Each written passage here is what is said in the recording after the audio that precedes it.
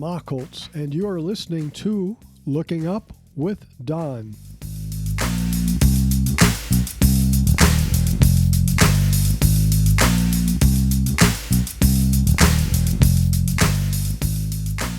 This is the Looking Up with Don podcast, episode number 97, for the week of November 10th, 2021. The related website for this podcast is donmockholtz.com. That is spelled DONMACHHOLZ.com, 2 H's. What's up in the sky this week?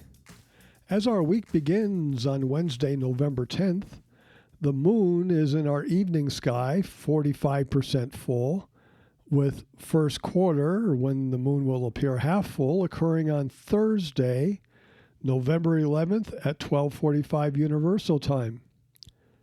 At about the same time, the moon passes south of Jupiter.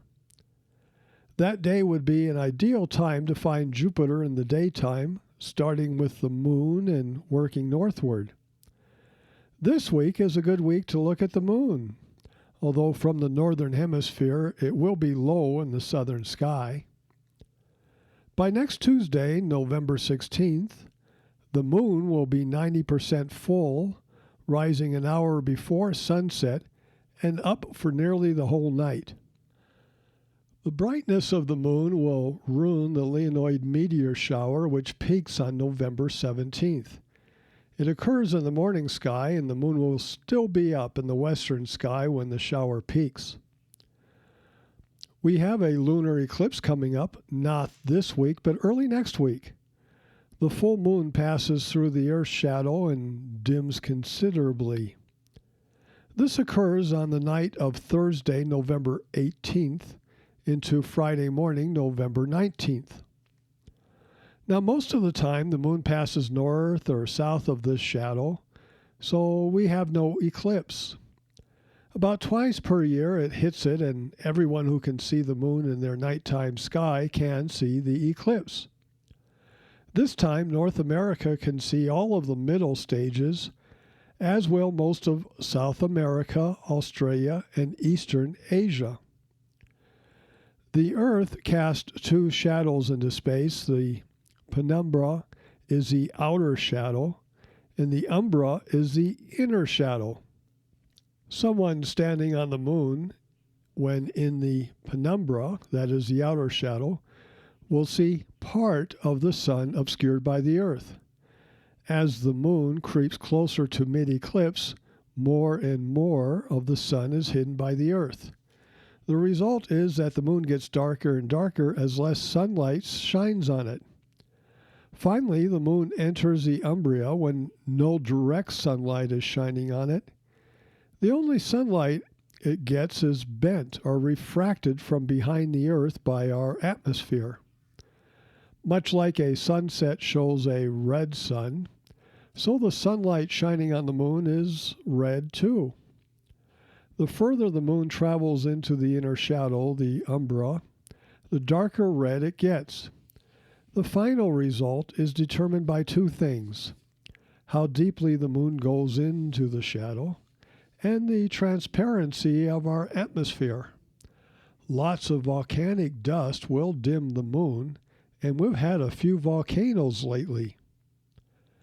The moon will be well north of the equator and only 6 degrees south of the Pleiades, the Seven Sisters. A good experiment is to monitor how well you can see the Pleiades as the moon darkens. At mid-eclipse, not all of the moon will be inside the Earth's shadow. The Earth's shadow at this distance is about 1.4 degrees across, and the moon is only a half a degree across. The moon could fit inside the Earth's shadow if it wanted to, but instead it will pass through the southern part of the Earth's shadow, and a little bit of the southern part of the moon, about 3%, will stay outside this shadow. This will be the brightest part of the moon. The darkest part of the moon will be the northern part because it's closest to the center of the shadow. This is known as a partial lunar eclipse because the moon does not get fully into the Earth's shadow. It misses by 3%. There's nothing we can do about it. It is what it is. Most partial lunar eclipses are rather boring. The moon usually dims only slightly, and the average person would not even notice it.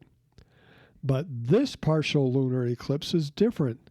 The moon takes a very large bite out of the Earth's shadow, and the red colors, or orange or pink, will be very obvious to the average person. The view is spectacular to the unaided eye, in binoculars, and through the telescope. Don't forget the binocular view. This might be your best choice. Seasoned astronomers will be reminded of the planet Mars when they look at the eclipse moon at this phase. A red-orange ball with a bright spot on the edge, which would resemble the Mars polar cap. The whole event occurs on Thursday night, November 18th, and into the next morning. The center of the eclipse is at 4:03 a.m. Eastern Standard Time, and that translates to 1:03 a.m. Pacific Standard Time. For about 100 minutes on either side of this time, at least part of the moon will be inside the umbra, and the Earth's shadow will be creeping across the moon's face.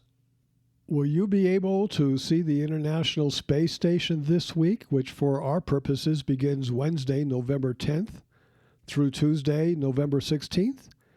It depends upon where you're located.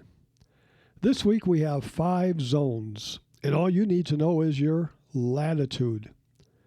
North of 45 degrees north, you will not see the International Space Station at all. And south of 20 degrees south, you won't see it neither. That leaves the midsection of the Earth this week. From 18 through 45 degrees north, the ISS will be in both your morning and evening sky, but not for the whole week. You can see it in your morning sky for the first part of the week and the evening sky for the second part of the week.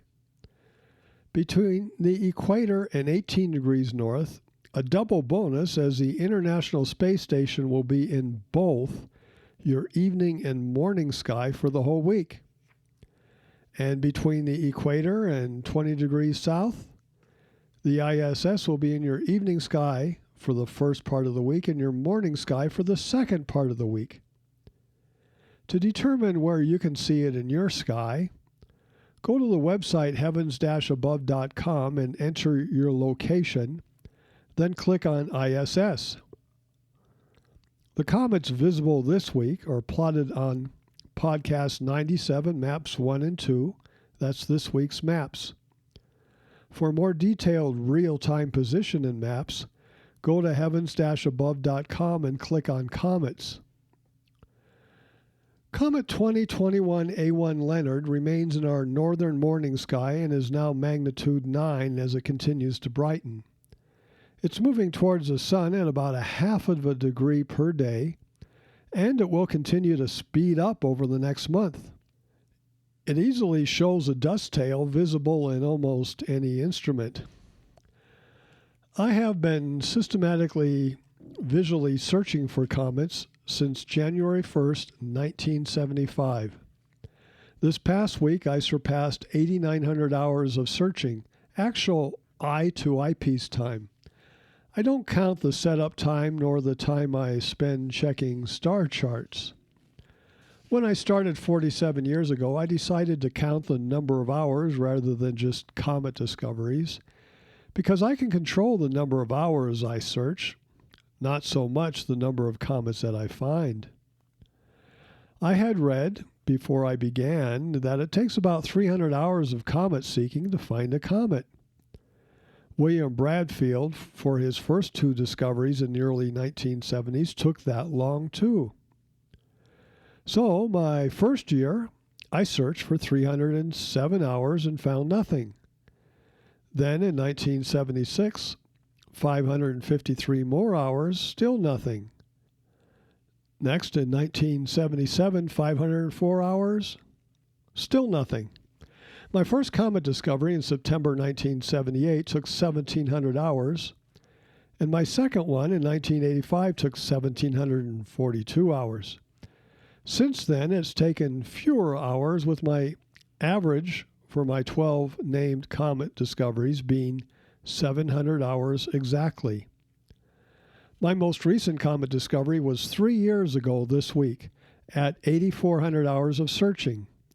8,400 hours divided by 12 is 700 hours. So it's been 3 years since the most recent visual comet discovery, and prior to that it was 8 years. And I've searched 500 hours since my last comet discovery. Also, those 12 discoveries took 4,873 comet hunting sessions, most of them in the morning. So 4,873 divided by 12 is 406 sessions per discovery. I've done 255 sessions since my last find. Of course, a comet can come along at any time. They don't look at statistical averages. Back in the 1970s and 1980s and into the early 1990s, we averaged about 3.3 visual comet discoveries per year.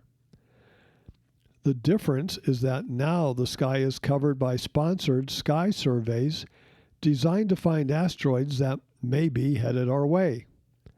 These surveys find the comets that us visual comet hunters used to find. Plus, most of the visual comet hunters have stopped visually hunting and moved on to other aspects of astronomy, or they hunt for comets with electronic means such as camera or CCD. There are only about a half a dozen of us worldwide systematically visually searching for comets. That is why it was 8 years between visual discoveries in 2010 and 2018, and 3 years since the most recent one.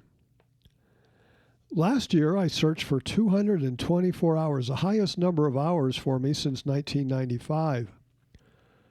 Living in Arizona with good weather and dark skies, and now being semi-retired, gives me the opportunities to sweep for more hours. This year, 2021, we've had more clouds and rain throughout the summer than last year, and therefore I presently have 155 hours for 2021 with just under 2 months to go.